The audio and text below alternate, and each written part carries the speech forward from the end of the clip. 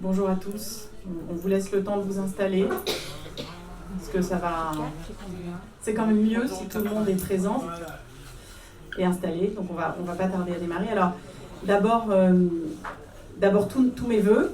Tous les vœux, je voulais vous dire. Voilà, je vous souhaite une très belle année sur les plans individuels et collectifs. Et puis ce qui compte au fond, puisqu'on est là ce soir tous ensemble, c'est qu'on s'interroge sur ce que ça peut avoir comme sens que de souhaiter des vœux collectifs dans une France en difficulté. Donc nouvelle année, des nouveaux projets, parce qu'il est en temps de crise, alors que tout pourrait nous pousser finalement à renoncer à agir, c'est précisément maintenant qu'il faut qu'on trouve les moyens de rebondir et de nous engager finalement à soulever des montagnes, comme dit le philosophe. Alors, comment agir et comment faire? Et finalement, au fond, la question qu'on se pose ce soir, c'est comment on peut se mobiliser ensemble pour agir, comment est-ce qu'on peut trouver les moyens d'améliorer au fond la qualité des décisions politiques et des décisions publiques. Et vous verrez que la décision publique sera au cœur du débat ce soir. On a décidé avec L'Avenir n'attend pas à Montrouge de lancer ce cycle de débat, de café-débat, parce qu'on pense que la meilleure façon de contribuer à améliorer la décision publique, c'est de travailler ensemble, de s'interroger, de confronter nos idées, parfois même de créer de l'affrontement, parce que c'est de l'affrontement aussi que surgit l'intelligence collective, et de choisir du coup les sujets qui nous semblent les plus importants, même s'ils peuvent paraître insurmontables, au rang desquels le premier, qui est la question de l'inflation et la question du pouvoir d'achat. Je pense évidemment au dernier débat et évidemment à la question de l'augmentation des prix qui touche l'économie française. Le dernier sondage Ipsos qui vient de sortir, qui nous montre que le prix de la baguette tradition pourrait atteindre la barre symbolique de 1,50 €, et que dans l'Hexagone, où on le sait, le pain est un symbole culturel, une majorité de Français, c'est-à-dire 69% des Français, déclarent ne pas être prêts à payer leur baguette 1,50 €. Et donc, sur cet exemple, qui est un exemple clé, on a souhaité organiser le premier débat de L'Avenir n'attend pas pour chercher des solutions.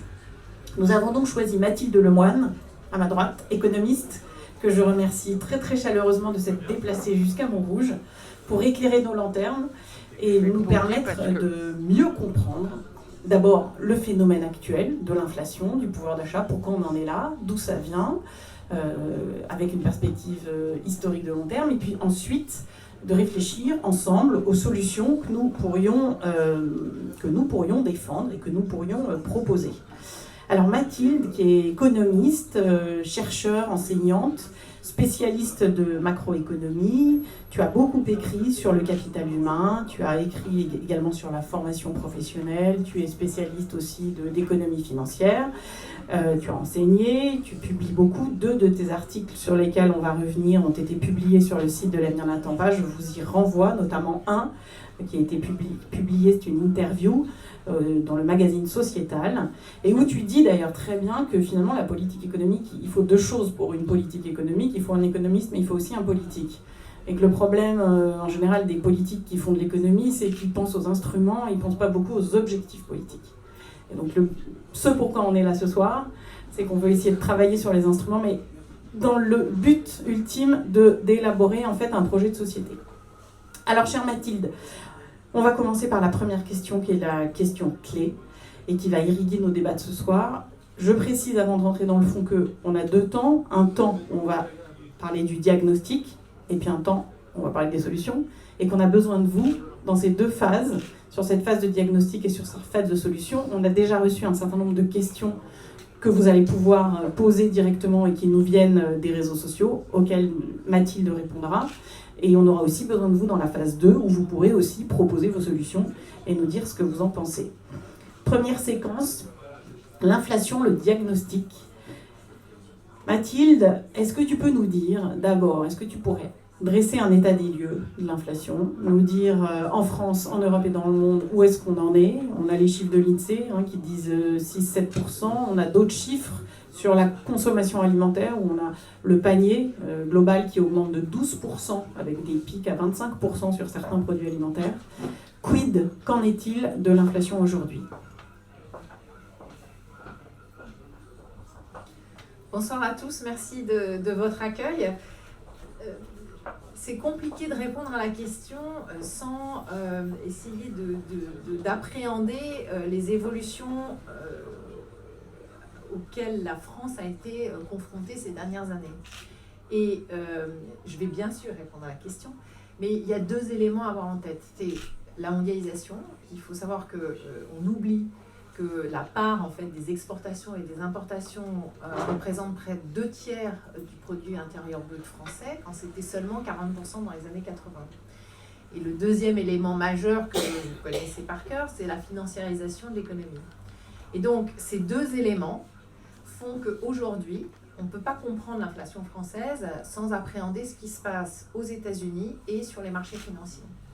Et c'est ça, je crois, qui rend les choses abstraites et qui fait qu'on ne peut pas être concret. C'est-à-dire, les conséquences sont le quotidien et le prix de la baguette de pain, mais ça vient de décisions de politique économique qui font qu'il y a de plus en plus d'interdépendance entre les économies. Et la crise Covid a engendré une surconsommation de biens, notamment aux États-Unis, parce que les gouvernements américains, que ce soit républicains ou démocrates d'ailleurs, les deux, ont distribué des chèques aux ménages. On ne connaît pas ça en France, mais ils ont reçu de l'argent directement. Et ça s'est traduit par de la surconsommation de biens, puisqu'ils ne pouvaient pas bouger de chez eux compte tenu du Covid. Un bon exemple, c'est l'augmentation de la vente de grille-pain. Puisque les Starbucks américains étaient fermés, les Américains prennent leur petit déj en sortant de chez eux. Et donc, tout d'un coup, ils se sont mis à commander des grille-pains parce qu'ils n'avaient rien pour faire le petit déjeuner. Bref, donc le prix des grille-pains a explosé, le prix du transport maritime a explosé. Et le problème, c'est que les Français consomment eux aussi des biens. Donc, ils ont vu le prix des grille-pains augmenter et des autres biens de façon très importante, puisque tu as cité l'alimentation à juste titre, mais l'inflation des biens est aussi élevée, on est à près de 5% quand même. Et ça, c'est directement lié à la politique économique américaine. Nous, on n'y est pour rien pratiquement.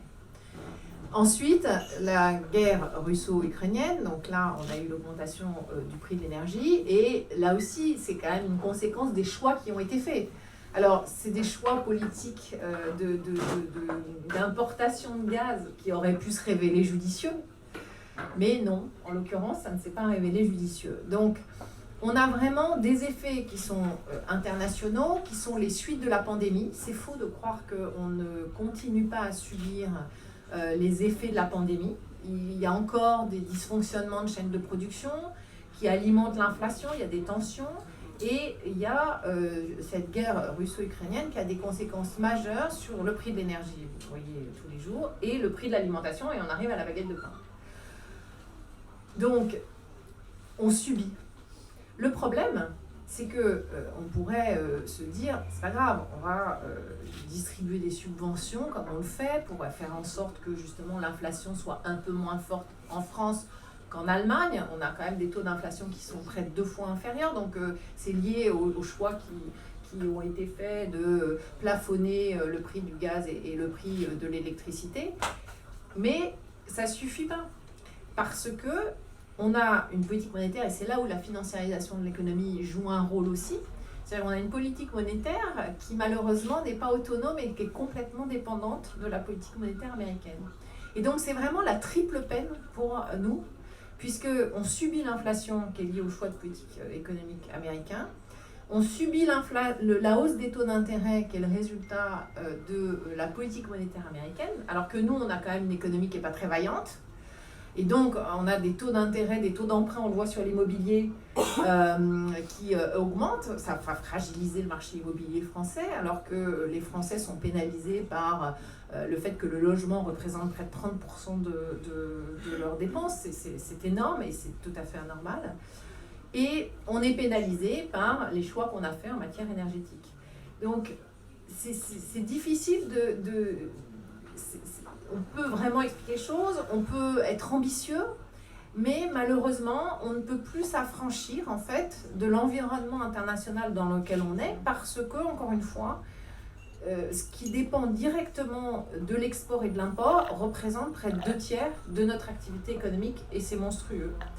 Et l'autre chose aussi, c'est qu'on a fait un choix de politique monétaire pour mieux financer en fait nos déficits publics. Et là, ça implique que la Banque Centrale Européenne va regarder quelles sont les anticipations d'inflation des investisseurs, et ils considèrent que c'est ça qui est important parce que ça va avoir un impact sur le prix de la baguette de pain. Et c'est là où quelquefois on se sent un peu désemparé, on aimerait quand même pouvoir appréhender ce qui se passe en se disant que ça reste dans notre environnement proche. Malheureusement, ça n'est plus le cas, et c'est directement la conséquence des politiques économiques de ces 40 dernières années. C'est un fait avec lequel on doit agir. Alors justement, Mathilde, sans transition, c'est exactement le point où je voulais en venir. Quand j'ai connu Mathilde, on était en 2006 et on était en train de préparer le projet présidentiel du Parti Socialiste, pour être tout à fait transparente avec vous. Moi j'étais expert. Non, c'est ça, absolument. Mais nous, au PS et autour de Ségolène Royal, où j'étais chargée de réunir les économistes et de commencer à concevoir un projet, on avait fait quand même un constat avec toi, Mathilde, que, il y avait quand même un dogme de la baisse de la dépense publique qui nous collait au basque et qu'il y avait une pression, tu l'as dit, à la fois à cause des 3% de Maastricht, mais aussi des marchés. Donc ça, c'était une espèce de donnée fondamentale et on n'arrivait pas à lutter contre. Deuxièmement, il y avait un second dogme que tu critiquais à l'époque, que nous critiquions lorsque nous élaborions le diagnostic que Ségolène Royal a porté et qui est toujours vrai aujourd'hui. C'est qu'il y a une espèce d'objectif où on devait faire des gains de productivité à tout prix et que pour faire ces gains de productivité dans l'industrie, c'est-à-dire pour gagner des parts de marché à l'export, il fallait faire baisser les charges ou les cotisations sociales. Et donc c'était à tout prix faire baisser les coûts, baisser les coûts, baisser les coûts. Et puis le troisième dogme, que tu critiques également, c'est que finalement la politique industrielle, on ne savait plus trop ce que c'était, ça renvoyait à la planification des années 80 et que ma foi, c'était plus une priorité. Et enfin et surtout, et à l'époque pourtant nous le critiquions aussi, l'absence totale de perspective de transition écologique, donc c'était il y a 15 ans, était quand même patente, c'est-à-dire qu'il était difficile à l'époque de concevoir un autre modèle économique compatible avec nos ambitions pour faire diminuer l'impact carbone de la croissance économique. Donc, vous voyez, il y avait ces quatre, fondamentaux, et nous les critiquions ensemble, et tu l'as écrit, tu l'as critiqué. Et puis, 15 ans plus tard, est-ce que les choses ont changé ? Je vais te donner la parole et je vais te laisser répondre, et peut-être ça nous éclairera sur la situation dans laquelle on est aujourd'hui. Il y a beaucoup d'éléments dans ta question. C'est vrai que c'est exactement ce qu'on s'est dit quand tu m'as appelé pour préparer ce café débat. Quand j'ai commencé à parler de la formation professionnelle, on s'est dit, mais on avait l'impression d'avoir la même discussion qu'il y a 15 ans. Pour autant, je crois que les choses ont évolué. Mais pour faire comprendre en fait la difficulté de la cohérence entre le politique et l'économique, je voudrais prendre comme exemple les subventions au prix de l'énergie. Parce que pour des questions de pouvoir d'achat, notamment pour les foyers les moins favorisés, qui n'ont pas de possibilité de prendre les transports en commun, ça semble absolument évident d'aider face à cette augmentation des prix du pétrole qui a été extrêmement importante, et du prix du gaz qui a été multiplié par 20, alors sur les marchés, pas encore dans la vie quotidienne, mais et donc cette décision publique en fait a semblé évidente. On aide à court terme les ménages les plus en difficulté. Bon. Le problème, c'est que cette subvention, elle a des conséquences qu'on identifie bien en économie. La première conséquence, c'est évidemment que ça ralentit l'ajustement de la consommation d'énergie. Donc on fait moins cet effort. Et donc ça soutient les prix. La deuxième conséquence, c'est que on met de l'argent public pour cette subvention, et donc ça se fait au détriment de l'investissement, de la dépense publique pour l'éducation et d'autres types de dépenses publiques redistributives. De fait, parce que y a un arbitrage qui se fait. Donc, très bien, mais ce que je trouve intéressant, c'est de tenir compte des conséquences en fait des choix qui sont faits. C'est-à-dire à un moment donné, on peut faire des choix, mais c'est aussi le rôle de l'économiste, me semble-t-il, c'est-à-dire d'évaluer en fait les interdépendances, c'est-à-dire qu'est-ce que ça génère comme effet de second tour. on choisit de soutenir les ménages. Et puisqu'on soutient les ménages, encore une fois, ça maintient la consommation à un niveau plus élevé qu'elle aurait été si on avait laissé les prix augmenter. Alors, encore une fois, c'est inégalitaire, c'est pas ce qu'on veut, mais... Et donc, ça pénalise l'industrie.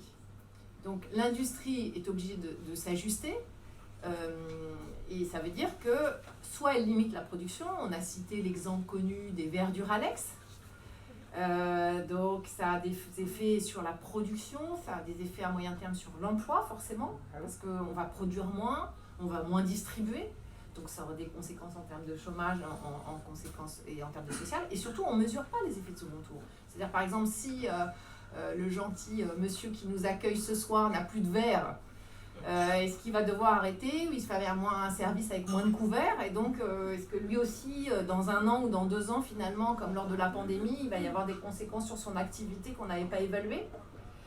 Et je trouve que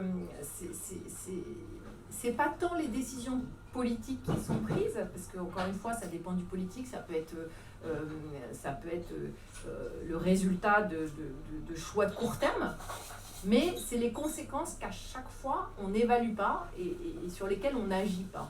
Et donc, pour répondre à ta question, on voit bien qu'il y a une politique industrielle qui a été menée, et cette politique industrielle a pour résultat que la part de l'industrie dans l'économie française représente à peu près 13% de la valeur ajoutée. Derrière nous, alors c'est très très simple en Europe, il y a Malte, Chypre et Luxembourg. Il n'y a pas pire, hein. Donc c'est quand même édifiant. Et donc on a l'impression qu'on a fait une politique industrielle extrêmement active, avec des baisses de charges, mais en fait on est parmi les derniers vraiment de la zone euro. Alors le paradoxe, c'est que c'est parce que en fait notre industrie a été tellement compétitive qu'elle a concentré les aides, c'est là où il y a eu le plus forte augmentation de salaire, c'est là où il y a eu le plus fort taux de qualification. Et de fait, par rapport au reste de l'économie, en fait, elle ne représente rien, parce que le reste de l'économie n'a pas suivi en fait, ce chemin de la productivité. Et aujourd'hui, on est confronté à un problème qui est que, et c'est là où je trouve qu'on ne peut pas faire comme il y a 15 ans, et on ne peut pas raisonner comme il y a 15 ans, c'est que justement parce que l'industrie représente une part très faible, parce qu'on devrait comprendre que c'est aussi parce qu'on n'a pas soutenu le développement économique dans le secteur des services, dans le secteur de la construction, dans le secteur des services aux personnes âgées par exemple, de la santé, que on a une croissance qui est relativement faible et qu'on a du mal aujourd'hui à financer notre modèle social. Et donc ça, je trouve que c'est quelque chose de paradoxal, et c'est ce qui aussi me fait peur. C'est bien sûr, depuis 15 ans, on continue d'avoir des trous dans la raquette de la formation, que ce soit la formation initiale ou la formation professionnelle. Je crois qu'il y a beaucoup d'élus, de personnes engagées en de la CFDT. Bien sûr, on n'a pas tellement avancé sur ce terrain-là, mais le problème, c'est que d'abord, l'environnement international change, et surtout, encore une fois, on prend de nouvelles décisions qui peuvent créer de nouveaux déséquilibres.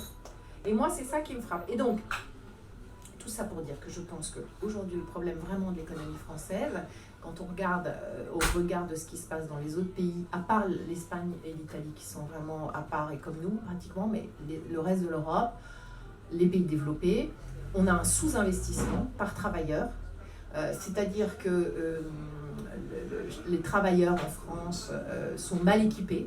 Alors ça peut être en rénovation de matériaux physiques, mais c'est en logiciel, c'est... donc ça pèse aussi sur la capacité d'augmenter les salaires pour les entreprises. Ça, c'est le premier constat. Le deuxième constat, c'est que, et là tu vas pouvoir répondre en tant que politique, c'est qu'il y a eu la promesse qui a été faite vraiment d'une amélioration de la formation, d'un meilleur accès.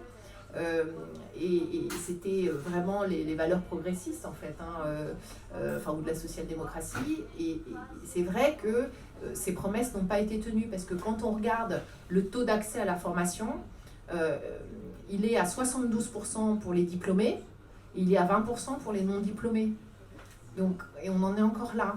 Et donc, c'est vrai que ça donne le sentiment que les inégalités originelles, en fait, n'ont pas été réduites. Et ce qu'il a, le sentiment est juste, hein, quand on regarde les chiffres de l'OCDE, il faut 5 à 6 générations en France, en fait, pour changer de quintile de revenus,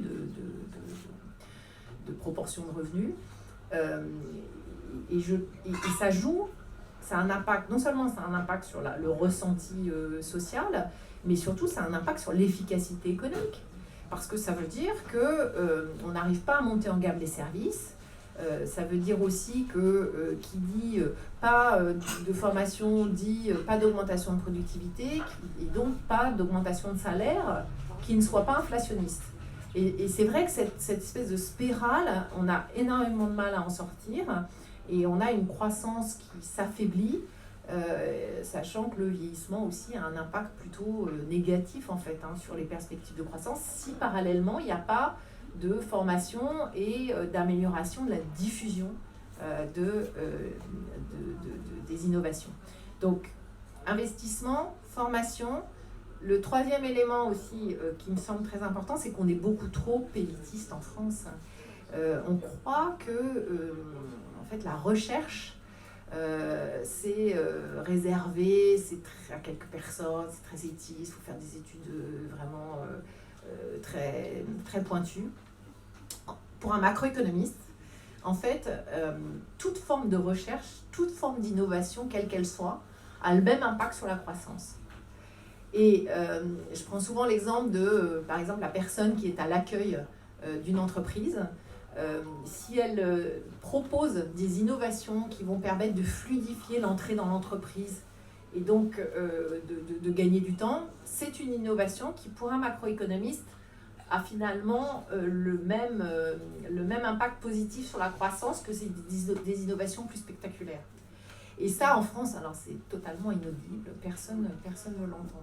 Et l'autre chose aussi qui est très importante, et donc ça veut dire que l'innovation est partout, et ce qui fait de la croissance, c'est la diffusion de l'innovation, d'où on revient au problème de la formation. Et l'autre chose qui est très importante aussi, c'est que ce qui est vraiment capital, c'est la compétence moyenne, parce que c'est ce qu'elle permet, c'est elle qui permet la diffusion de la formation. Et au sein de l'entreprise, c'est très bien d'avoir des personnes très fortes, très diplômées, qui embarquent l'entreprise, mais s'il n'y a pas une amélioration de la compétence moyenne des salariés, au bout d'un moment, l'entreprise s'essouffle, elle investit moins, tant en investissement physique qu'en formation, et donc le risque de faillite augmente. Et pourquoi, là aussi, on ne peut pas graver les choses dans le marbre et dire la même chose dans 20 ans ou dire la même chose qu'on disait il y a 15 ans?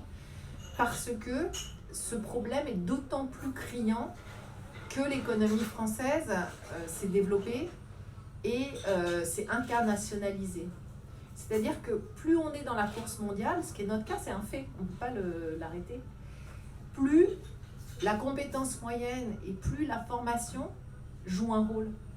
En fait, c'est ça le paradoxe. Et plus aussi le fait que cette formation persiste dans le temps joue un rôle sur les perspectives de croissance, d'emploi et de développement économique inclusif, j'entends bien, inclusif. Et je prends un exemple très concret.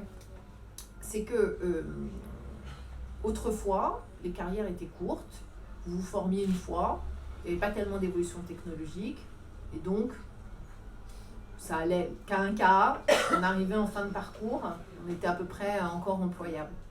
Aujourd'hui, c'est moins le cas, parce que les carrières sont plus longues, parce qu'il y a des bouleversements technologiques, et pourtant, compte tenu du fait qu'on ait une économie de plus en plus ouverte et de plus en plus innovante, il faudrait qu'on soit encore plus à même de garder nos compétences tout au long de notre vie.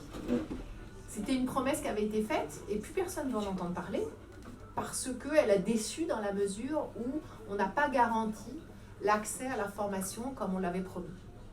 Donc je dirais, voilà, les trois choses, alors c'est un peu plus structurel, c'est un peu moins dans le quotidien, Mais c'est vraiment ce qui fait aujourd'hui qu'on a du mal et qu'on prend des décisions de court terme pour sauver le pouvoir d'achat.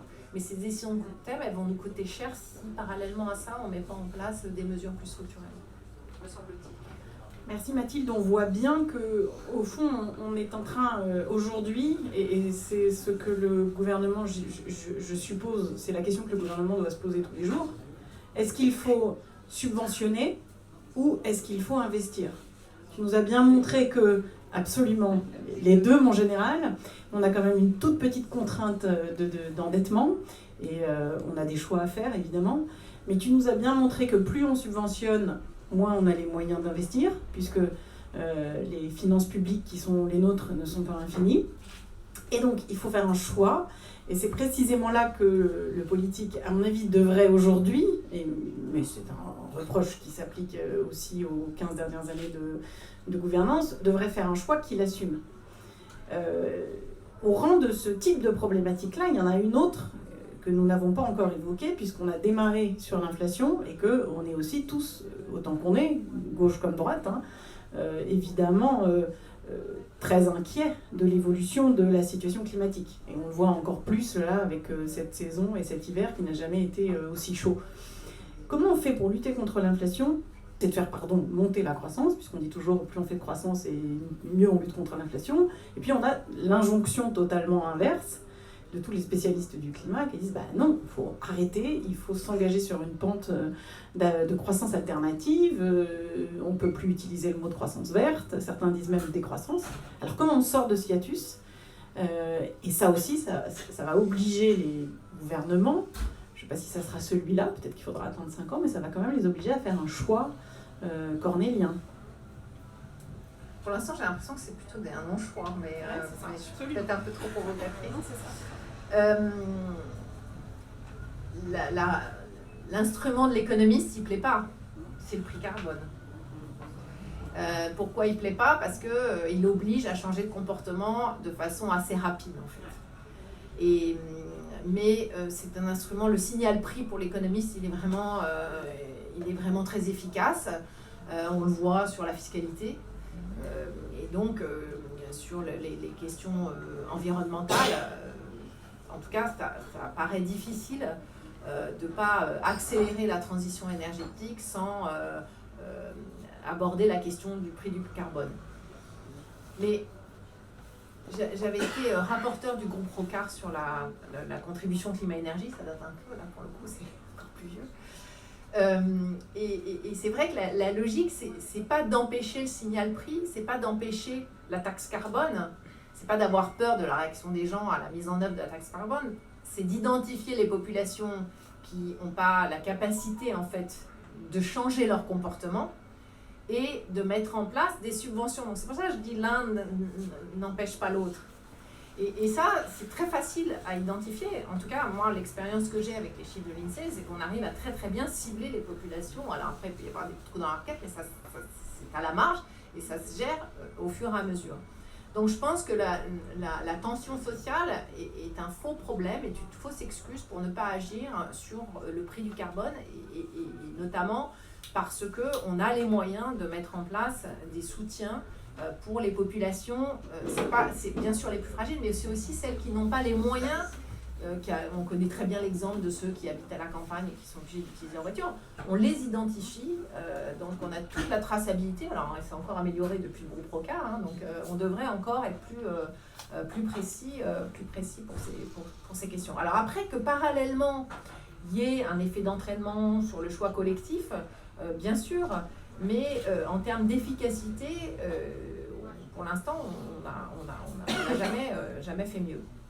L'autre élément, évidemment, ce sont les entreprises, c'est le système productif. Et là encore, les études économiques qui sont faites montrent qu'il y a une certaine dépendance au carbone. C'est-à-dire que les entreprises qui émettent le plus de carbone ou de gaz à effet de serre, ce sont les entreprises qui en produisent le plus, en fait. Et là, si vous voulez casser cette dépendance, on l'appelle le sentier de dépendance en anglais. Si vous voulez casser ce sentier de dépendance, là, il faut vraiment agir en concertation avec ces entreprises. Alors, Il y a un effort qui a été fait au niveau européen avec le vote par le Parlement européen de la taxe carbone aux frontières. Mais c'est complexe, c'est trop ciblé, ça n'entraîne pas une société. Donc là, je pense que si on veut changer de modèle, qui était une de tes questions, ça doit être sur 2 piliers. C'est vraiment, je pense, le pilier social. On peut pas dire qu'on a avancé sur la formation, on ne peut pas dire qu'on a avancé sur le caractère inclusif de la croissance. Et je crois qu'il ne faut pas l'oublier, même si les questions climatiques et environnementales sont essentielles. Merci Mathilde. Alors on va rentrer dans notre séquence de questions, toujours sur cette phase de diagnostic et sur les questions que vous vous posez sur l'inflation, ses causes. Donc je prends les questions un peu à la volée, sachant qu'on a une retransmission Internet un tout petit peu chaotique, et donc je vous prie de m'en excuser. Est-ce qu'il y a des premières questions sur le diagnostic et sur cette phase? Je vois Catherine qui semble... Les crises successives auxquelles nous avons été, vous en avez parlé, oui, auxquelles nous avons été confrontés, témoignent-elles d'un manque d'anticipation ou sont-elles le résultat d'une absence d'expertise?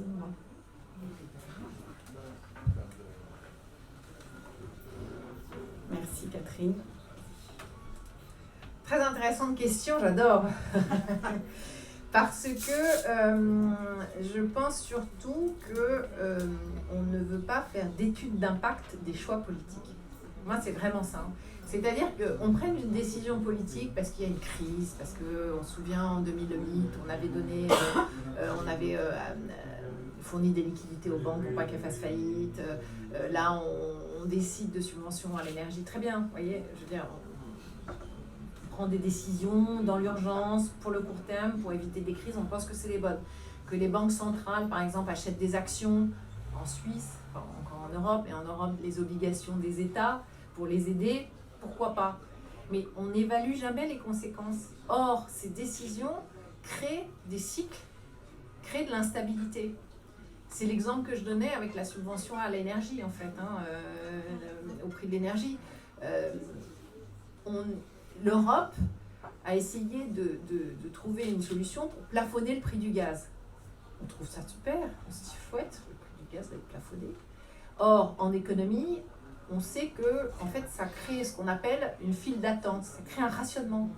C'est-à-dire que ceux qui vont bénéficier du plafonnement du prix du gaz, c'est des entreprises qui n'en ont pas forcément besoin et qui du coup ne vont pas ajuster leur façon de produire. Et donc ça a des effets pervers. Cet effet pervers-là, il va créer de nouvelles crises ou de nouveaux cycles. Et c'est ça, en fait. En tout cas, moi, c'est ça, je trouve. L'autre exemple, bien sûr, c'est la pandémie. La pandémie, vous voyez, c'est pas le fait d'avoir décidé les confinements, c'est le choix politique. Mais c'est de pas du tout avoir évalué les conséquences de ça. Et ce que je trouve vraiment dommageable, c'est qu'on n'en tire aucune leçon. C'est-à-dire, la pandémie, on a arrêté des productions sans avoir aucune idée des conséquences de second tour sur d'autres types d'industries. Et là, on recommence. C'est-à-dire, on dit, les entreprises ont un rationnement en fait, de gaz, de fait. Il n'y a pas de coupure effective, mais elles sont obligées d'être rationnées. Il y a des plans qui ont été mis en place pour essayer de faire en sorte que le rationnement soit discuté avec les branches. On sait que ça va avoir des conséquences sur d'autres entreprises, comme c'est exactement la même chose que pendant la phase de Covid. Et pour autant, on s'arrête à regarder l'impact direct de ce rationnement sur la production de ces entreprises. Et je trouve que c'est ça qui crée des cycles qu'on n'appréhende pas, et avec cette impression qu'on subit en permanence des crises. Et c'est vrai que l'Europe, de ce point de vue-là, c'est mal placée, parce que je vous rappelle qu'il y a eu la crise financière qui était mondiale. Donc nous, en plus, on a eu la crise des dettes. Vous vous souvenez, la Grèce, l'Italie, double peine pour l'Europe. Ok, on passe la crise, donc on s'en remet difficilement. Ça a complètement fait chuter l'investissement public, d'ailleurs, en France, en Europe, l'investissement privé. Donc on paye très très cher après en termes d'obsolescence, en fait, de notre capacité de production, des logiciels, on est en retard partout. Ok, on s'en remet difficilement. Pandémie. Là, c'est mondial, donc ça va, on n'est pas les pires. Et non, nous, on a en plus la guerre russo-ukrainienne et l'énergie par rapport aux États-Unis qui, eux, s'en sortent très très bien parce que non seulement ils exportent leur gaz au prix fort, mais en plus, ils exportent leurs dépenses militaires et ils sont producteurs très importants de céréales et de biens alimentaires. Donc nous, l'Europe, là aussi, vous voyez, on a une crise supplémentaire et on devrait évaluer quelles vont être les conséquences de cette crise supplémentaire sur notre rapport aux autres à l'international. Est-ce que définitivement, ça veut dire que les entreprises françaises, les grandes entreprises françaises, est-ce que définitivement elles vont perdre en compétitivité et vont être complètement exsangues? Est-ce que ça veut dire que ça va avoir un effet d'accélération des délocalisations? Je ne dis pas qu'on sait, je dis juste qu'on ne pose pas la question. Et si on a un très bon exemple là-dessus, qui est les conséquences de Fukushima, vous vous souvenez? Donc Fukushima a entraîné aussi des coupures d'électricité. Et les conséquences de ces coupures d'électricité, ça a été délocalisation. Et en particulier, pour bien sûr les entreprises les plus touchées, mais pas que. Parce que les études qu'on a faites montrent que les entreprises qui sont le plus touchées dans l'ensemble, c'est l'agroalimentaire. Or, on n'en a pas tellement parlé, on parlait des industries électro-intensives. Donc, on a l'expérience de Fukushima qui nous dit exactement comment ça se passe. Et là, on pourrait vraiment mettre en place en fait, un soutien ou au moins discuter avec la branche de comment on peut faire pour éviter de reproduire ces expériences. Et c'est ce risque-là. Et est-ce que finalement l'impact de la crise énergétique ne va pas laminer notre industrie agroalimentaire avec les conséquences que vous voyez au quotidien, la baguette de pain, on y revient. Vous voyez, c'est là où ça peut engendrer une nouvelle crise, avec l'agroalimentaire qui devient l'automobile d'hier, le fait qu'elle est en retard sur justement les investissements à cause de ces crises et donc sur le fait de pouvoir limiter la consommation d'énergie, être plus productive et donc faire en sorte qu'il y ait moins de destruction d'emplois dans le secteur. Et c'est typiquement, c'est pas un manque d'anticipation parce que objectivement il y a des paramètres différents qui font que ça peut se passer différemment. Mais en tout cas, c'est le manque d'études d'impact des conséquences qu'on prend. Et moi, j'ai peur que aujourd'hui, la sous-estimation de l'impact de la crise de l'énergie sur le secteur agroalimentaire engendre une crise comme on a pu la vivre dans l'automobile. Après, rendez-vous dans quelques années, je me trompe peut-être. Je vois qu'il y a d'autres questions. Oui. Donc je suis complètement d'accord avec le constat sur la formation. Moi j'avais une question. Il y a un premier constat déjà. On dit qu'il faut investir dans la formation, mais quand on est passé du DIF au CPF, nos droits ont été finalement divisés par 4 en valeur monétaire de se former. Donc déjà c'est un peu limite. Et j'avais une question. Le gouvernement présente un projet de réforme de retraite dans les entreprises à partir de 45 ans, on est senior.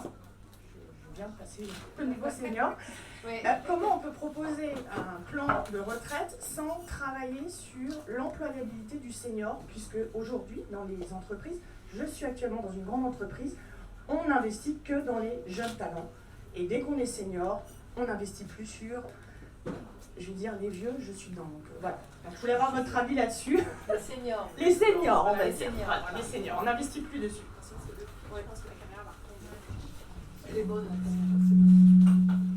Merci pour cette question parfaitement corrélée à l'actualité.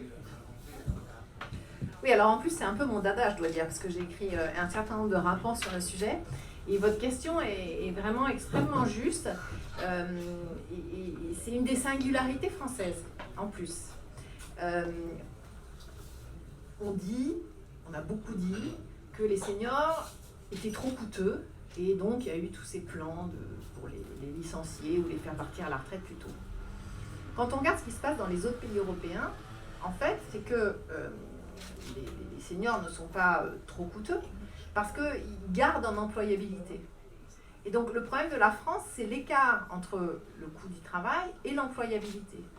Et vous avez complètement raison, puisque une des causes de cette situation, c'est que la France, parmi tous les pays européens, est le pays où le taux de formation après 45 ans est le plus faible. Donc on a vraiment une singularité qui explique aussi pourquoi il y a un taux d'emploi des seniors qui est si faible. Alors, il y a des bonnes nouvelles, c'est que la jurisprudence, et là je sors du champ économique, mais la jurisprudence évolue. Et notamment, il y a Air France qui avait refusé en fait la formation à un pilote parce qu'il avait 60 ans. mais il volait encore. Et Air France s'est fait condamner en considérant que justement pour maintenir l'employabilité des seniors, qui est un des enjeux du droit du travail, Air France devait continuer à former ce pilote. Donc il y a des évolutions, elles sont très marginales, elles sont encore évidemment très très insuffisantes, mais c'est une piste essentielle. Et les pistes, en fait, on les connaît. Donc il y a le taux de formation après 45 ans. Il y a la question de quel type de formation. C'est-à-dire que ce qu'on sait aussi, c'est qu'en France, c'est là où il y a le plus de formations qui sont liées au poste de travail. Des formations spécifiques. Et donc c'est vrai que souvent dans les formations, il y a toutes les formations obligatoires. Sécurité, incendie, etc. Et donc une des propositions que j'avais faites, c'était de sortir ces formations du calcul en fait du taux de formation, parce que c'est obligatoire et l'employabilité c'est un autre sujet. Là pour le coup je pense qu'il y a un dialogue social qui a été interrompu malheureusement et qui fait qu'on en est là, c'est que on a du mal collectivement à considérer que l'employabilité passe quelquefois par des formations qui sont considérées comme non utilitaires par les entreprises. En Suisse, par exemple, qui est un pays plus avancé que nous en matière de formation, il y a une formation sur Star Wars, par exemple. Alors, je sais que c'est anecdotique, mais en fait, c'est pas grave. C'est un moyen, voilà, d'être plus familier avec l'environnement informatique, ordinateur, etc. Il n'y a pas de sujet, en fait. Et ça, non, en France, j'ai eu suffisamment de débats avec le patronat, notamment, on en est encore très très loin. Et on voit que d'ailleurs, il y a des tentatives pour que les salariés payent, alors qu'on avait dit que c'était un progrès, que chacun puisse se former. Donc il y a ça. Il y a aussi le fait qu'il n'y a absolument pas d'accompagnement pour les femmes, et notamment les familles monoparentales, les femmes qui ont la responsabilité de familles monoparentales. Et donc il y a vraiment une inégalité d'accès à la formation continue pour les femmes. Donc monoparentales peu qualifiées, alors là elles ne sont jamais formées. Là encore, on peut mettre en place des dispositifs de garde d'enfants ou d'accompagnement, mais ça va pas avancer, on n'a pas fait. Et l'autre trou dans la raquette énorme, alors il y a eu des progrès, puisqu'il y a eu, comme vous le savez, des montants supplémentaires pour les peu qualifiés, mais les peu qualifiés sont encore les laissés pour compte de la formation. Et comme je le disais, je pense que c'est parce qu'on a du mal à comprendre que la croissance, la productivité, même sans parler en fait de questions sociales, ça ne se fait pas sans inclusion en fait, et que c'est la compétence moyenne qui compte. Et ça, moi, je n'arrive pas du tout à faire comprendre cette façon macroéconomique de voir les choses. Au fond, c'est cette idée de capital humain sur lequel tu as beaucoup travaillé, qui est de placer l'humain au centre du capitalisme, qui est quand même globalement la grande idée de la gauche, et de réguler et d'encadrer ce capitalisme. En fait, j'interviens parce qu'il y a eu tellement de déceptions justement sur l'incapacité en France à garantir une égalité d'accès aux formations, malgré toutes les promesses qui ont été faites, malgré toutes les lois formation, que ça décourage aussi. Donc il y a ça, maintenant on en parle, tout le monde vous dit oui, bon. Donc je pense que ça participe aussi du découragement général et c'est aussi, là encore, il faut faire un bilan pour essayer de comprendre pourquoi, malgré toutes ces promesses, malgré tous ces grands discours, malgré toutes ces ambitions, on en est toujours à ce point-là et faire un peu acte aussi d'échec pour améliorer les choses. Donc ça, je pense que c'est très important. Et alors là-dessus, je rebondirai sur un sujet politique et une question. L'ambition de la réforme des retraites, qui est, outre de solvabiliser le financement de la protection sociale, c'est quand même de dire on va peut-être reporter l'âge légal de départ à la retraite de 64 ou 65 ans. Et l'un des présupposés de cette réforme, et donc c'est une question que je te pose, c'est de considérer que si on repousse l'âge légal de départ en retraite, on va améliorer l'employabilité des seniors. Alors, moi j'ai de gros doutes. Dans le temps, il y avait la contribution de Lalande où on sanctionnait les entreprises qui licenciaient des seniors. c'était quand même finalement pas si inefficace que ça. Moi, j'ai de gros doutes sur l'ambition et sur l'effet kiskoul attendu par le gouvernement de cette réforme des retraites sur l'employabilité des seniors, dont on sait que, comme tu l'as dit, au fond, finalement, l'une des clés, c'est plutôt d'investir dans la formation. Alors, comment tu réagis par rapport à ça ? Oui, je pense que alors pour le coup, c'est totalement décourageant. C'est-à-dire qu'on parle d'une ambition qui est de faire une société plus inclusive, où on tient nos promesses d'accès à l'éducation initiale, d'égalité d'accès à l'éducation initiale, de formation parce que la société évolue, parce que la société devient plus âgée, la société du travail, en moyenne, l'âge est plus élevé. Et donc, comment on fait en sorte que ceux de plus de 45 ans puissent bénéficier de formation et on dit, non mais c'est pas grave, automatiquement, voilà, bon, on aura peut-être un taux un peu plus élevé, mais enfin, c'est pas du tout le sujet. Enfin, je pense, effectivement, ça joue un peu, mais quand on regarde ce qui se passe dans les autres pays d'Europe, mais même en Allemagne, mais en particulier dans les pays du Nord, en fait, l'ambition, elle n'est pas du tout là. L'ambition, elle est que les personnes évoluent dans le temps, dans le monde du travail, et gardent des compétences où on développe de nouvelles. Et ça, c'est vraiment un autre projet. Donc, j'ai même pas envie de répondre tellement c'est loin d'un projet inclusif, social, qui soit plus collectif et qui soit pas simplement au fur et à mesure, en catastrophe, on agit. C'est là où je trouve qu'on ne tire aucune leçon des phases de désindustrialisation qu'on a pu observer dans l'histoire de l'économie française. Et on est toujours aussi mauvais. On sait que l'ouverture internationale, l'innovation, ça fait évoluer le type d'entreprise, le type de production. Forcément, on produit moins de textiles. Alors après, il y a certains types de production de textiles qui reviennent en France. Et donc, c'est pas ça, on va pas l'éviter. En revanche, de créer des fonds justement pour permettre aux salariés en amont de changer de secteur. Alors ça, pour le coup, on en parle depuis les mines, non ? Enfin, c'est sidérant.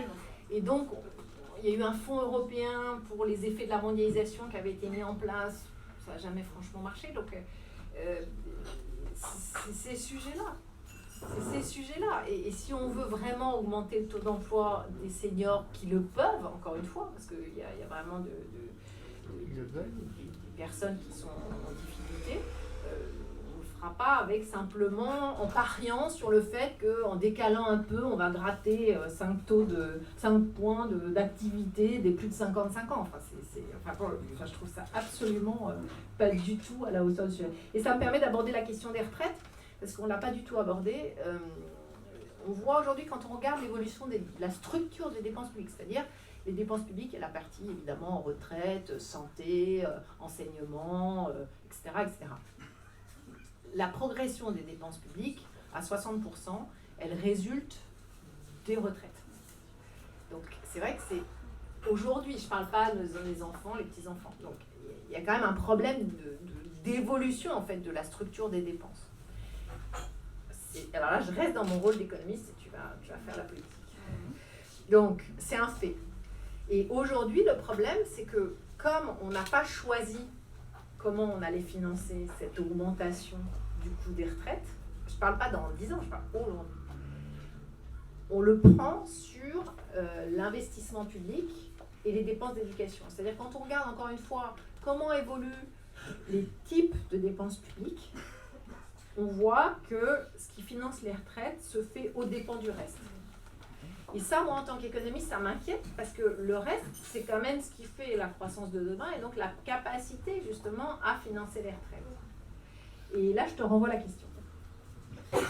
Merci. Alors, ce que je ferai comme réponse, c'est la réponse du choix. C'est-à-dire que il est difficile, et je vais prendre ma casquette Cour des comptes 2 secondes, mais il est quand même difficile de tout faire en même temps. C'est-à-dire, tu disais tout à l'heure, il faut à la fois subventionner, investir, c'est vrai.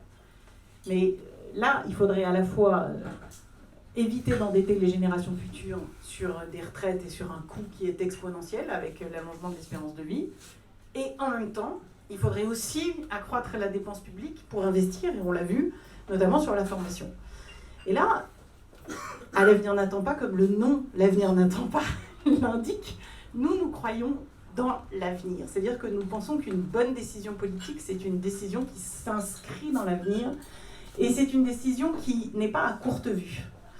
On ne peut pas considérer que dépenser pour l'avenir est une mauvaise dépense.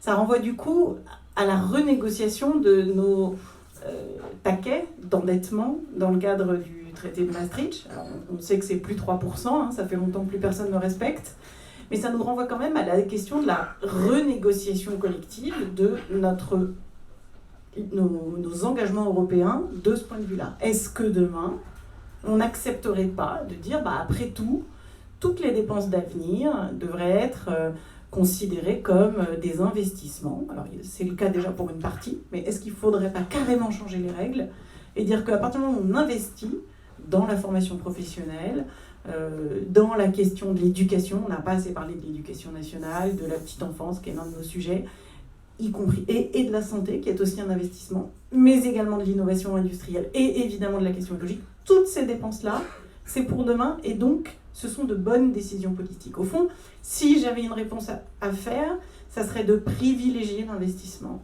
et peut-être au détriment de subventions. Et ensuite, on va rebondir sur les mesures pour lutter contre l'inflation, afin de répondre quand même à nos impératifs de court terme. Mais je suis d'accord, mais le problème, c'est comme sur la formation, c'est que c'est plus crédible. Parce que de dire qu'on a le droit de s'endetter pour des dépenses d'investissement, en fait, c'est la réforme de 2005 du pacte de stabilité. Et est-ce qu'on investit ? Non. Toujours pas. Mais il faut le faire. Oui, mais le problème, c'est que c'est un peu comme sur la formation. C'est-à-dire que si à un moment donné, on ne prend pas un engagement concret sur l'objectif, typiquement sur la question sur la formation des plus de 45 ans, c'est-à-dire à horizon de 5 ans, 30% des plus de 45 ans sont formés. Voilà. Et derrière, il y a vraiment un suivi avec l'impact, justement. Et puis, maintenant, les économistes ont développé aussi un certain nombre de mesures micro pour voir si tel type de façon de faire pour former les plus de 45 ans est plus efficace que tel autre. Ça ne marchera pas. Parce que, et sur les questions européennes, c'est le même sujet. Encore une fois, le pacte de stabilité, il a été réformé pour ça, pour dire « Ah non, mais on ne peut pas tenir les 3% parce qu'on va faire de l'investissement ». Et l'investissement public n'a jamais été aussi faible à la suite des crises souveraines, et l'investissement privé est complètement exsangue. Alors, on dit, si vous pouvez entendre, non, c'est pas vrai, parce que l'investissement privé en pourcentage du PIB est élevé. Forcément, le PIB il est faible, donc ça changerait. Mais ce que je veux dire, c'est que ça me semble être aussi, et c'est sur quoi j'ai travaillé aussi en tant qu'économiste, c'est-à-dire que on n'est plus audible sur ces sujets-là, parce qu'on dit la même chose et il ne s'est rien passé. Et donc, je pense qu'il faut s'engager ou dire, voilà, prendre le risque. Alors moi, en tant qu'économiste, c'est-à-dire que pour que la croissance soit inclusive et pour que justement on sorte de cette espèce de spirale négative où on est obligé de redistribuer de plus en plus parce qu'il y a une paupérisation en fait d'une tranche de plus en plus importante de la société française, voilà les mesures type de formation des plus de 45 ans, une égalité d'accès, quel que soit son milieu social, à la formation initiale, voilà 3-4 trucs. Et sur les dépenses d'investissement, tu vois, ça me paraît être la même chose parce que les dépenses de retraite, elles vont continuer à croître. Donc il y a ça, et l'autre, je mets dans le débat justement pour vous lancer un peu le débat, il y a est-ce qu'on ne doit pas financer une partie des retraites par la capitalisation ? Et, alors, mais je sais que ce n'est pas ton projet, mais je lance le débat aussi. Tu as raison de le lancer. Je vais donner la parole à ceux qui veulent poser des questions. Et je voudrais juste ajouter une petite incidente. Augmenter l'investissement public, oui, enfin nous y sommes favorables. Il faut quand même savoir que concrètement, ça requiert quand même plus d'impôts. Je pense qu'il faut aussi assumer que, voilà. Et dernier point sur les objectifs de politique publique, que ce soit les politiques de santé, les politiques sociales ou les politiques éducatives, la grande faiblesse de la France, c'est que nous n'avons pas d'indicateurs pour les mesurer, et encore moins de fonctionnaires pour mesurer le fait que les indicateurs sont atteints. Et j'insiste, parce qu'on fustige la faiblesse du service public, et en particulier de l'intervention de l'État en France, mais il faut quand même savoir qu'un fonctionnaire, ça a un coût, et que ce coût, il faut que le politique l'assume, et il faut également qu'il en explique aux citoyens qu'assumer le coût, c'est aussi une augmentation de l'impôt. Il faut aussi à un moment donné l'assumer, ce qui n'empêche pas d'améliorer la productivité de la dépense publique. Alors Attention. je crois que nos internautes vont avoir le mal de mer avec notre petite caméra qui glisse comme dans un bateau. J'ai vu plein de mains se lever. Et puis, dites-vous qu'on va s'acheminer vers les recommandations de politique publique aussi. Donc, si vous pouvez aussi poser des questions là-dessus, ce serait bien. Alors, il y a plusieurs mains qui se sont levées.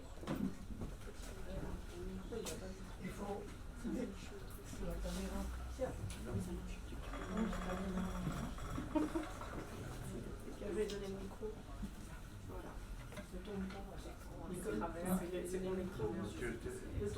Il s'en mêle avec son micro. Ouais. Alors, il y a des filtres à plusieurs mains qui se lèvent. C'est bon ? Oui. C'est bon ? Oui. Alors. Bonsoir. Et alors, Ivo, vu l'heure, on va vous demander de faire plein de vos questions super, mais court. Pardon, j'ai pas compris. Court. Voilà. Oui, mais les sujets que vous avez abordés, Absolument. c'est des sujets vachement vastes. Alors je veux bien faire un effort. Mais il y a une remarque, une réaction liminaire par rapport à vos exposés, c'est qu'il y a deux niveaux de décision. Il y a un niveau européen et un niveau national. Sur le niveau européen, je vais très vite. Il faut que la France d'aujourd'hui et d'hier, c'est passé, mais d'aujourd'hui et de demain, fasse pression pour que l'idéologie ultralibérale en Europe, de l'Union européenne, soit arrêtée. Parce que on voit les dérives. Tout ce que vous avez dénoncé sur les inégalités qui progressent viennent en partie de là. Et il y a des décisions qui sont au niveau européen. Sur l'énergie, qui a dérégulé le marché de l'énergie? On a obligé la France à privatiser EDF en créant de faux concurrents. C'est mon domaine d'activité quand j'étais avant la retraite. Je suis ingénieur des ponts et chaussées et j'ai fait toute ma carrière dans une grosse boîte de travaux publics. J'ai construit au cours de 40 ans des centrales au charbon, au fioul et électronucléaire 2. Donc le problème de l'énergie, je maîtrise. Bon, qui a obligé la France à privatiser en partie EDF et à l'empêcher d'entretenir ses installations nucléaires? C'est l'Europe. On a créé de faux concurrents. EDF est obligé de vendre des kilowatts à perte à des concurrents qui sont des épiciers, qui n'ont rien à voir avec l'énergie, et qui revendent le kilowatt 10 fois plus cher qu'ils l'ont acheté. Ce qui entraîne les problèmes qu'on voit, les boulangers, les bouchers, qui s'en sortent plus et qui doivent fermer la boutique. Donc il y a un niveau européen. Il faut des politiques convergentes. Et moi j'ai toujours été partisan que si les 27 ou les 28 aujourd'hui avec la Croatie, ou les 27 avec la Croatie, ne sont pas d'accord, on avance par cercles concentriques. On avance par ceux qui sont d'accord pour progresser. Les ânes qui veulent rester en arrière, on les laisse moisir dans leur auge, les pauvres. Bon. Le deuxième niveau, c'est au niveau des finances. Le chiffre de 3% imposé dans le traité de Maastricht, il faudrait l'épurer de toutes les dépenses d'investissement dont vous avez parlé toutes les deux, Madame et Juliette, qui sont des dépenses avec retour sur investissement. La formation, la réindustrialisation, toutes ces dépenses sont des dépenses porteuses d'avenir. On ne devrait pas les compter dans le déficit, puisqu'elles à terme, elles s'auto-remboursent. Quand il y a moins de chômage, il y a des cotisations, la sécurité sociale, les retraites, et il y a moins de déficit. Donc ça, et bon, je fais court puisqu'on est plusieurs et qu'il faut que tout le monde, mais je pourrais faire une conférence sur tous ces sujets que j'ai approfondis quand j'étais conseiller économique et social. On va faire un autre café débat. Voilà, merci. Merci beaucoup. Alors il y avait d'autres mains, on va prendre plein de questions en même temps, parce que comme ça c'est mieux. Pas trop, on va en prendre encore deux. Voilà. Bonjour, merci à vous pour votre présence et votre débat très passionnant.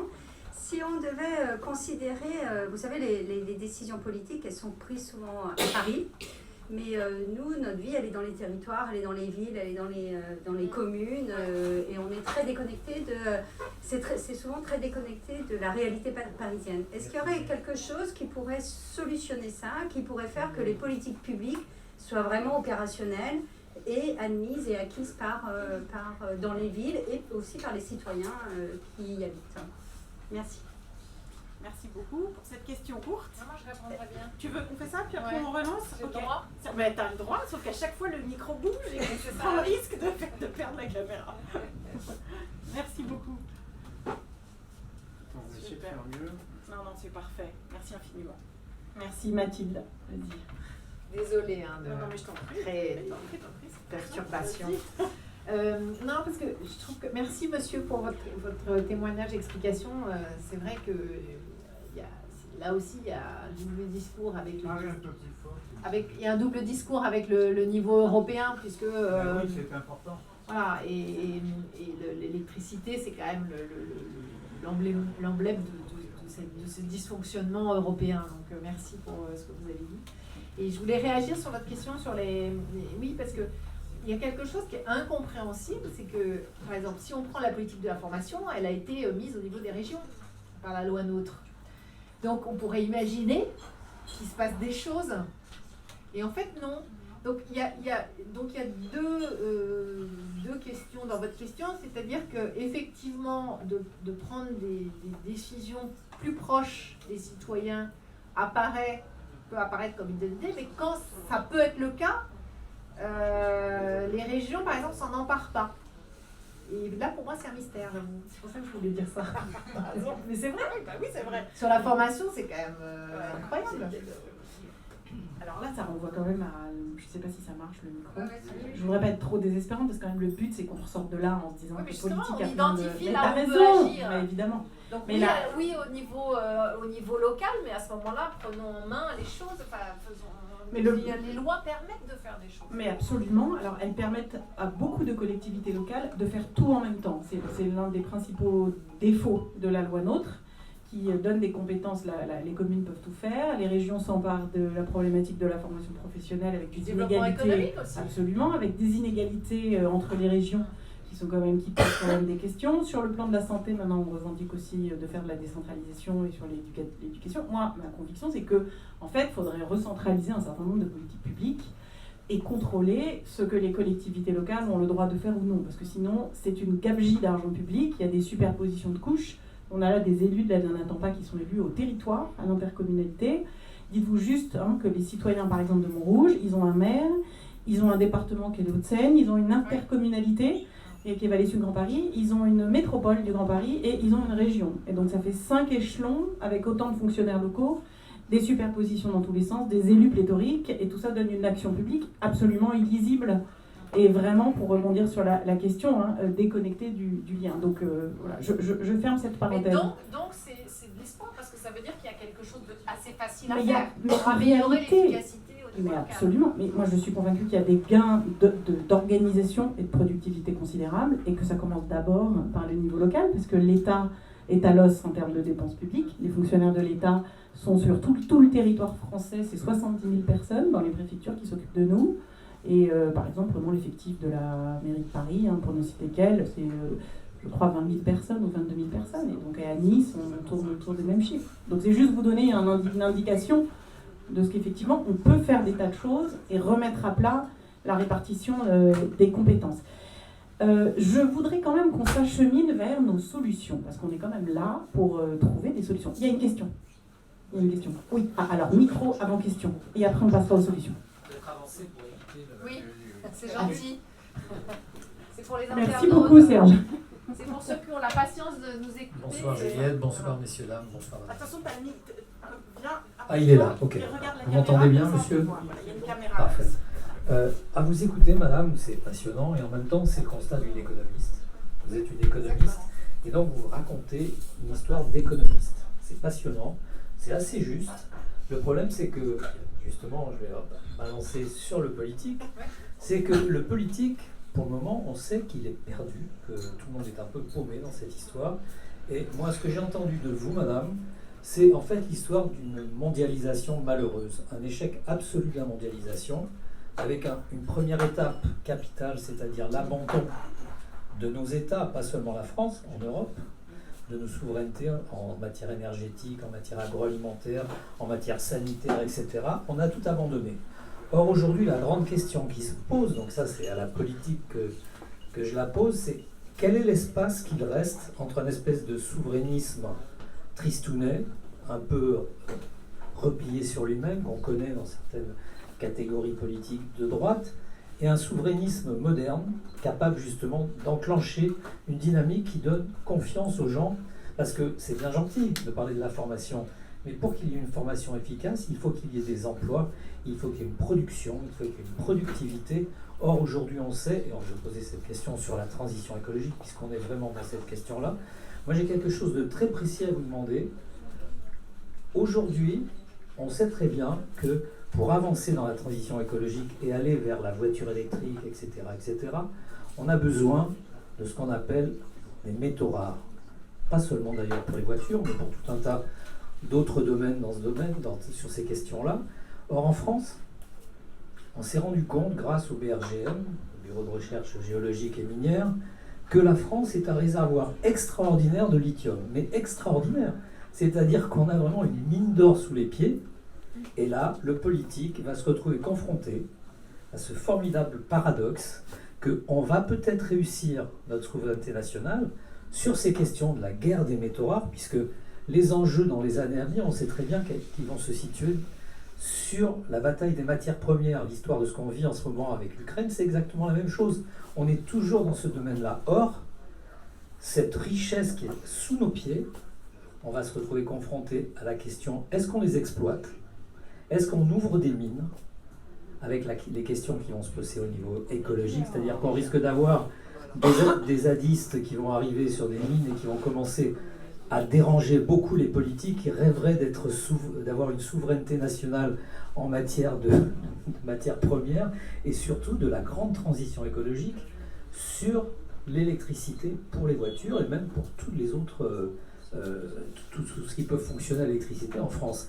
Et là, on est confronté à cette question-là, et le Parti socialiste en particulier, on se souvient, vous avez parlé de Fukushima, on sait très bien que Fukushima, la réaction, mais que tout le monde aurait pu prendre à ce moment-là, ça a été de fermer Fessenheim.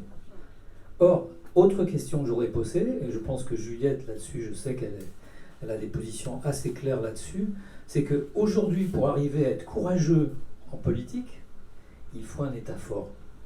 Il ne peut pas y avoir d'État faible. Or, on vit depuis 30-40 ans dans un système friedmanien, je vais dire pour aller vite, c'est-à-dire l'État, il faut juste qu'il s'occupe de ce qu'il regarde, c'est-à-dire la police, la sécurité, et surtout qu'il ne nous emmerde pas pour tout le reste.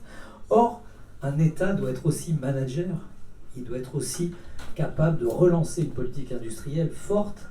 S'il y a une politique industrielle forte, il y a des emplois, il y a une classe ouvrière qui va arrêter de quitter le Parti socialiste et de s'intéresser... Toutes ces questions-là, les politiques, ils doivent se les poser en face. Et ce sont des questions compliquées. Donc je sais que c'est difficile, là j'ai fait une espèce d'état des lieux un peu complexe, mais donc question État fort. Et deuxièmement, comment on résout ces problèmes d'énergie, en particulier avec l'exemple du lithium. Merci beaucoup.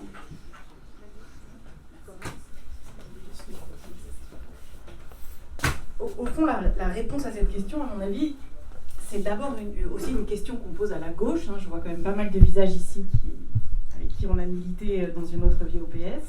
Et je crois que la gauche aujourd'hui ne s'en sortira pas si elle reste cette espèce de gauche mollassonne social-démocrate où on considère que, 1, tout se négocie, et que 2, effectivement, comme tu l'as très bien dit, plus l'État est faible, plus les collectivités aussi locales prennent du poids, et mieux c'est pour tout le monde. Moi, je ne crois pas du tout à ce modèle. Je pense que les Français, à cause des crises qu'on vient de vivre, de la crise financière, crise terroriste, crise sanitaire, réclament toujours plus de protection. Ils ont un rapport ambivalent à l'État, parce qu'ils n'ont pas très envie d'être contraints, et ils n'ont pas du tout envie de payer des impôts. Mais en même temps, ils ont bien conscience que quand il y a un gros pépin, seule la puissance publique peut les protéger.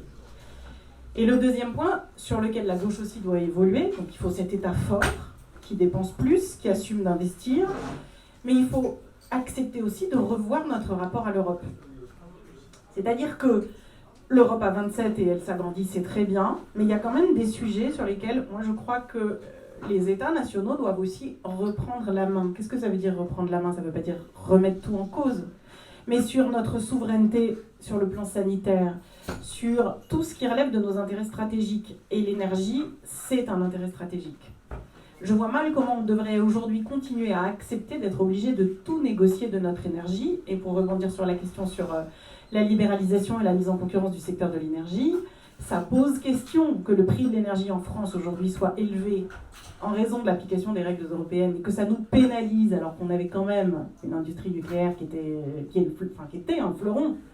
Tout ça pose question, donc on ne peut pas avancer si on ne reconsidère pas notre pacte européen. Ça ne veut pas dire moins d'Europe, ça ne veut pas dire qu'on n'aime pas l'Europe, je crois qu'on a besoin d'Europe comme jamais, mais ça veut peut-être dire que dans la corbeille de la mariée, on rediscute. Il y a des sujets qui sont indispensables pour qu'on soit protégé. La question énergétique, la question de la défense évidemment, la question sanitaire, tout ce qui relève du régalien sont à mon avis des sujets qui ne peuvent plus faire l'objet d'une négociation constante. Du reste, les Allemands ne nous demandent plus notre avis pour ce qui concerne les sujets stratégiques et encore moins les questions énergétiques. Donc il faut accepter de mettre ça dans le débat public et de revoir la conception que nous avons de l'intervention publique. Sur le reste, Mathilde, je vais te donner la parole et ensuite il faudra qu'on conclue sur comment on fait baisser l'inflation. Je suis d'accord avec votre analyse, même si elle est implacable. Je mettrai quand même un bémol, c'est-à-dire que la cohérence en fait avec la mondialisation, c'était l'Europe. C'est-à-dire que le seul moyen en fait de faire en sorte que la mondialisation soit pas trop malheureuse, si je reprends vos termes, c'était qu'il y ait un échelon européen fort. Et là, le problème, c'est qu'on est au milieu du gué, c'est-à-dire qu'on a abandonné cet échelon. Et que de plus en plus, c'est une somme d'États membres, plus qu'une volonté européenne. Et on a trouvé des échappatoires.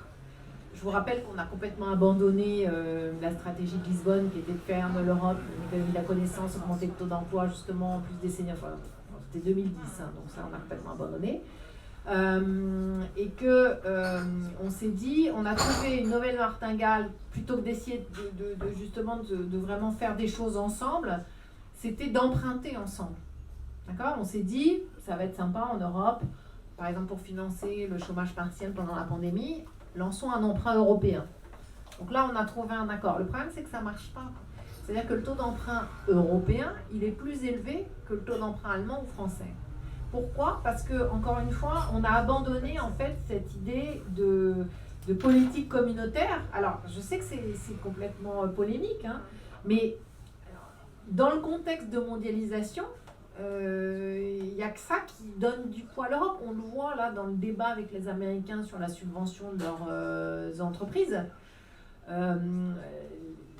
L'économie montre que la seule chose qui peut faire reculer les Américains, c'est le risque de sanctions.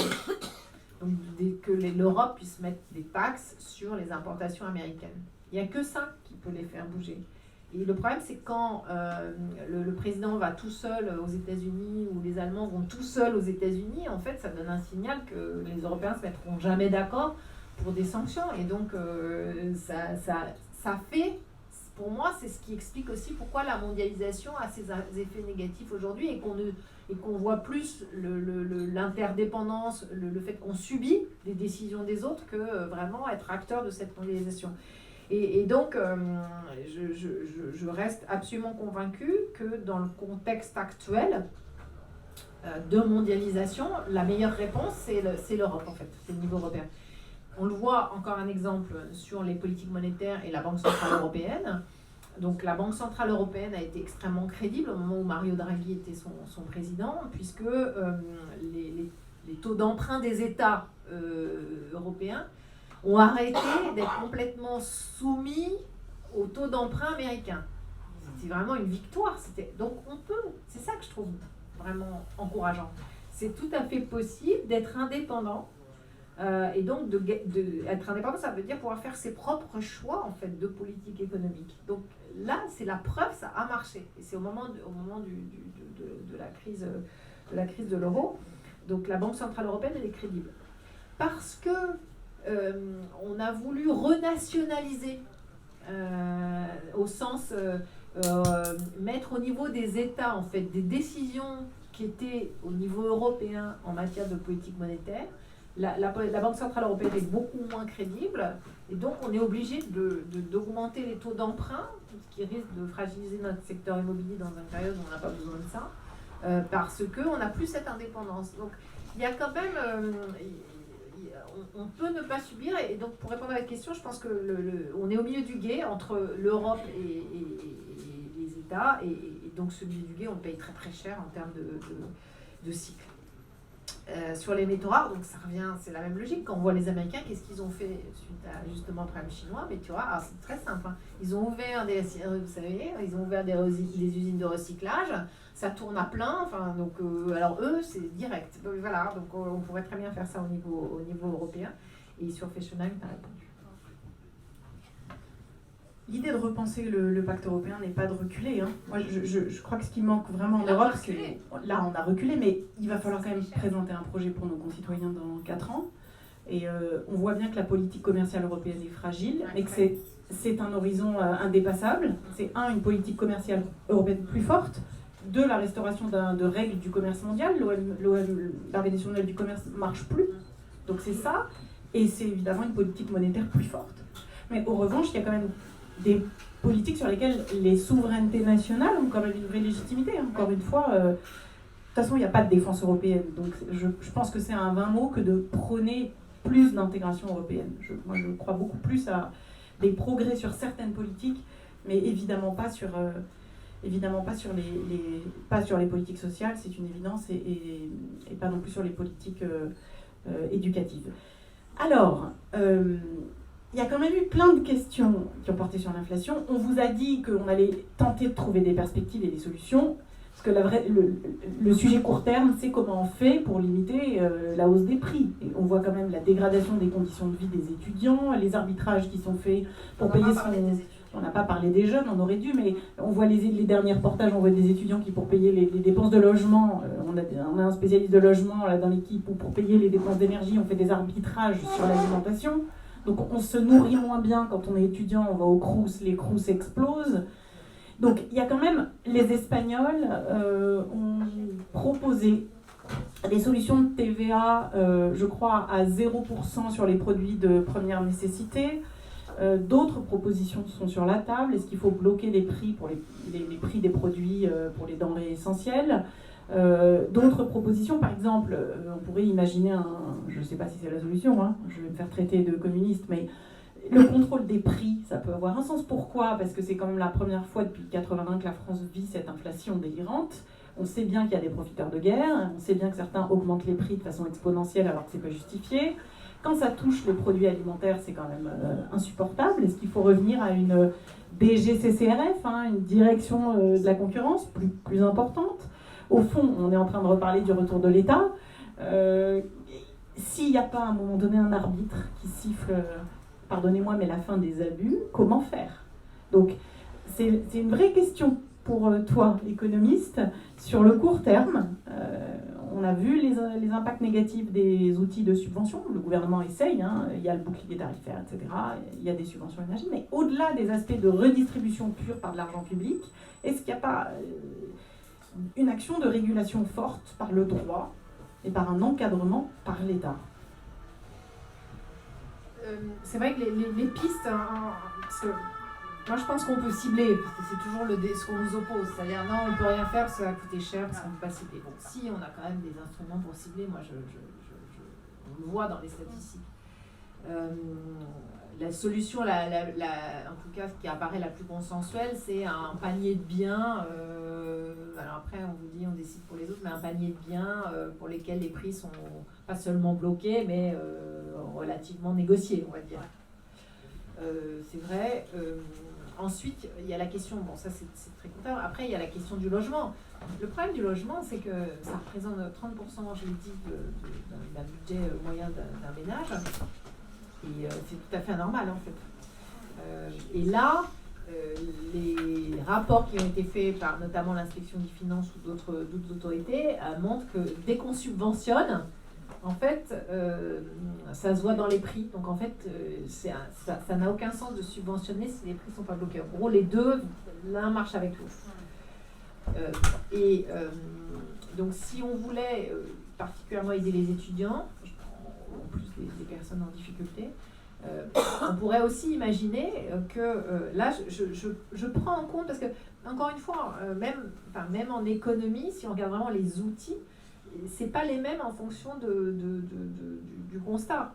Donc, si on prend une société française qui est vieillissante, les besoins sont pas les mêmes qu'il y a 20 ans, parce que les enjeux sont le ralentissement inévitable de la croissance. Donc, si on veut le contrer, encore une fois, est-ce que on ne doit pas mettre plus d'argent d'engagement sur l'éducation et la formation? Alors, est-ce que ça ne peut pas être une politique européenne? Ça, c'est aussi un débat, hein, parce que c'est quand même grâce à l'Europe qu'on s'est enfin occupé des jeunes qui sortaient du système scolaire sans rien, hein, je rappelle. C'est quand même une initiative européenne. Et donc, dans ce cas-là, est-ce qu'on ne peut pas imaginer que un investissement d'avenir, c'est que les étudiants étudient dans des conditions avec des logements, des résidences de logement qui soient financées pour le coup publiquement, parce qu'une société vieillissante. Donc ce que je veux dire, c'est que encore une fois, quand on regarde l'évolution de l'économie française et de sa population et sociologique, peut-être les priorités, en tout cas, compte tenu des objectifs qui peuvent être définis, si l'objectif c'est croissance, hein, pour d'autres ça va être la décroissance, en tout cas si l'objectif c'est croissance, on sait que ça ne peut pas marcher si on n'a pas une amélioration des compétences. Merci beaucoup. Est-ce qu'on peut s'acheminer vers les questions? Certains d'entre vous avaient des idées pour limiter le prix de l'inflation, ou des propositions, des suggestions. Notamment, je me tourne vers Mathieu sur la planification écologique. Il y avait une perspective. Tu veux que je résume ou Tiens, allez.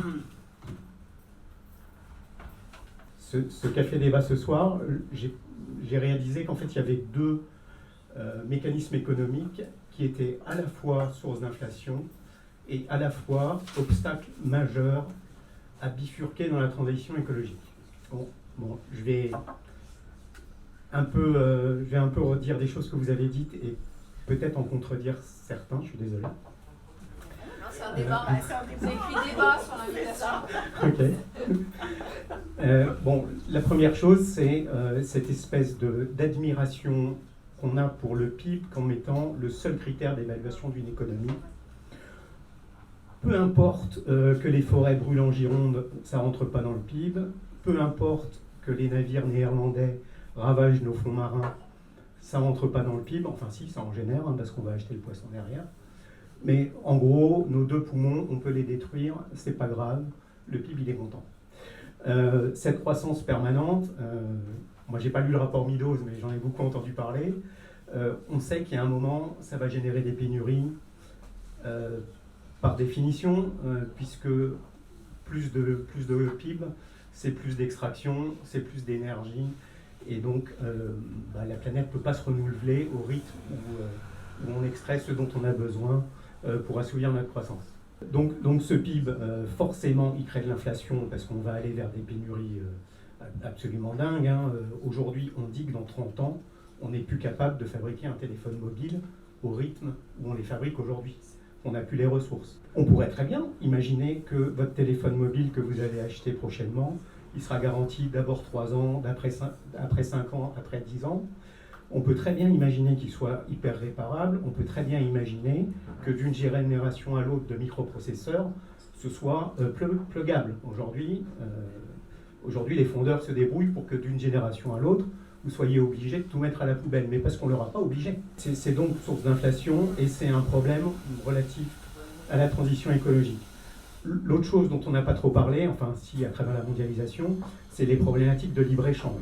Le dernier accord de libre-échange qu'on a signé, je crois, c'est avec malheureusement, ça me fait beaucoup de peine à le dire, avec un pays qui est très vertueux, qui est la Nouvelle-Zélande, qui est dirigé par une femme, qui a mis le PIB à la poubelle il y a quelques années, enfin qui l'a complété avec plein d'autres indicateurs de bien-être.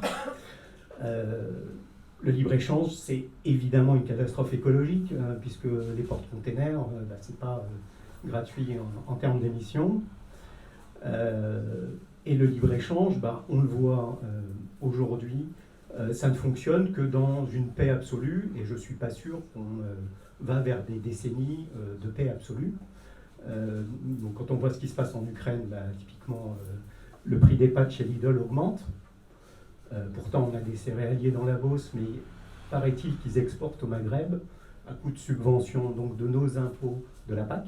Et puis on sait que 2023, ça va être à minima des tensions extrêmes entre la Chine et Taïwan. Et donc les gens qui ont l'intention de s'acheter un téléphone ou un PC cette année, je ne perdrai pas trop de temps, parce que je ne sais pas ce que sera le prix, voire la disponibilité de ce type d'équipement. Il y a du bon PIB, mais il y a du mauvais PIB. Alors les économistes me disent souvent, oui mais le PIB c'est ton salaire. Moi je veux bien enlever une partie de mon salaire. Si 10% du PIB c'est la vente des pesticides et la vente de la chimiothérapie pour soigner les cancers issus des pesticides, moi je veux bien perdre 10% de mon salaire. Merci beaucoup. Alors on va y répondre. Mathilde? Il y a beaucoup de choses. Sur le PIB, je suis absolument convaincue. Encore une fois, le rapport CNFIC2C donnait des pistes. Ça rejoint en fait mon outil d'économiste qui est le prix du carbone. C'est-à-dire que moi, en tant qu'économiste, j'ai beaucoup plus confiance en les instruments fiscalité et comptabilité pour changer les comportements. Par exemple, l'évolution vers une comptabilité privée écologique. Les Suisses sont très en avance en la matière, donc les entreprises elles ne puissent pas faire de profit sans que soit décompté l'impact écologique. Ça, pour le coup, c'est un de mes grands dadas parce que j'ai plus travaillé sur les questions humaines que les questions écologiques. Et la comptabilité aussi pourrait considérer que l'humain est un capital, est un actif. D'accord ? Donc ça, je pense que c'est une évolution qu'on peut, en tout cas, qu'on peut soutenir parce qu'elle change les comportements. Voilà. Sur l'eau, évidemment, c'est le problème de demain, quoi. Après, ça on est d'accord. Sur le libre-échange, alors, je serais évidemment plus nuancée que vous, étant une spécialiste du commerce international. Mais pourquoi ? Parce que c'est vrai qu'on est très concerné par ce qui nous préoccupe au quotidien, mais c'est aussi, ça rejoint un peu la critique sur la mondialisation malheureuse, c'est que faut pas oublier de mon point de vue que ça a permis quand même au monde de se développer et un certain nombre de pays en développement. Alors c'est pas suffisant, c'est critiquable, etc.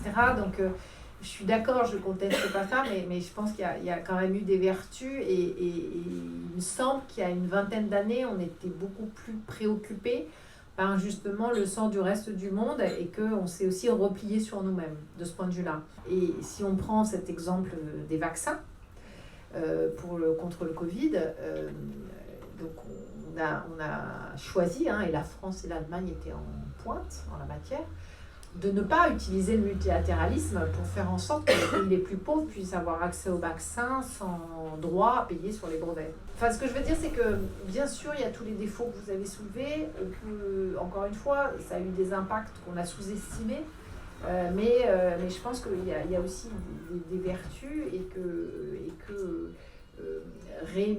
réinventer la mondialisation ou les échanges, parce que la mondialisation, je pense qu'on pour l'instant, on va plutôt vers une régionalisation. Donc, faire en sorte que la régionalisation qui est en train de se passer en Asie, on l'appréhende en Europe de façon, je dirais, plus économe en gaz à émissions à effet de serre. Oui, bien sûr, mais encore une fois, je pense que ça c'est pas quelque chose qui est inenvisageable et ça doit pas se faire aux dépens des pays les plus pauvres parce que je pense que c'était une des valeurs européennes. Moi, je répondrai en 2 mots. Je crois beaucoup en fait à la politique commerciale européenne et mondiale et je pense qu'on n'a plus aujourd'hui de règles du commerce mondial et s'il y a quelque chose à réinventer, c'est des règles du commerce mondial vertueuses, c'est-à-dire compatibles avec nos objectifs écologiques.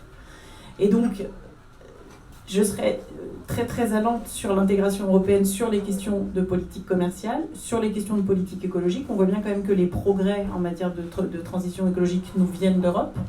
La taxe frontière. Mais la taxe aux frontières. Notre capacité à peser, tu l'as dit Mathilde, dans le grand jeu du commerce mondial, c'est quand même tout ce qu'on est capable de faire en tant qu'Europe.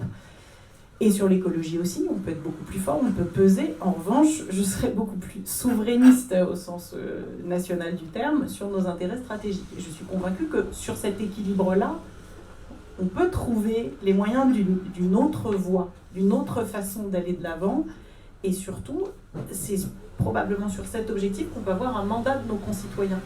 Je pense que les Français donneraient volontiers un mandat à un président qui dirait je délègue la question de la politique commerciale, c'est-à-dire de la façon dont je vends et dont j'achète, je le délègue à une autorité qui est une autorité européenne, et l'Europe elle-même joue un rôle fort à l'OMC. Je ne vois pas pourquoi on n'arrive plus à avoir des règles du commerce mondial qui empêchent d'acheter des produits qui sont fabriqués par l'entreprise Chine, qui vend en ligne des vêtements qui sont fabriqués par les Ouïghours. Je ne vois pas pourquoi on n'arrive plus à faire ça. Et donc là-dessus, je pense qu'il faut aller très très loin. Et après, pour finir, je partage totalement l'idée de Mathilde sur le fait que pour changer les comportements, il y a la régulation, il y a la loi. On peut faire beaucoup de choses, à condition qu'on ait quand même des fonctionnaires pour contrôler la mise en place de la loi, parce que les interdictions, c'est bien si on peut vérifier qu'elles sont applicables. Et puis, il y a aussi la fiscalité. Et donc, il y a quand même dans notre système qui est une économie de marché, il n'y a pas 36 outils. Il y a la loi, il y a la fiscalité, et puis il y a aussi convaincre nos concitoyens. Et pour finir, on a quand même un très très gros travail à faire pour convaincre nos concitoyens de changer nos comportements. Et on doit tous nous-mêmes. Est-ce que tous on fait bien notre tri des ordures? Est-ce que tous on n'utilise pas la voiture de trop?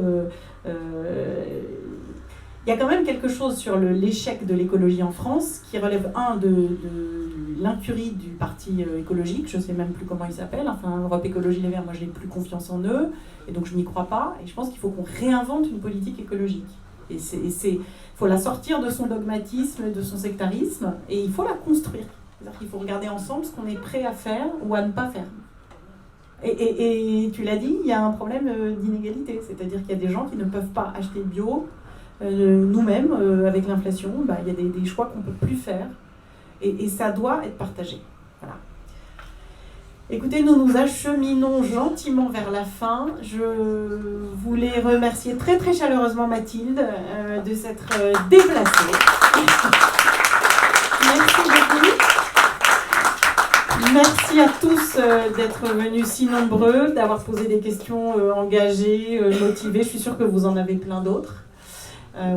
L'intégralité de cet échange sera postée en ligne et une large partie est live tweetée et postée en direct. Désolée pour toutes les questions qui sont restées en suspens, on ne peut pas tout régler. Et je vous donne rendez-vous dans 2 mois pour le prochain Café Débat avec un invité surprise. Et donc le suspense sera dévoilé dans 2 semaines sur l'organisation de ce futur débat. Mais on est très très heureux, Mathilde, d'avoir inauguré cette séquence avec toi et d'avoir ainsi pu contribuer à faire avancer la réflexion. Merci à toi. Merci.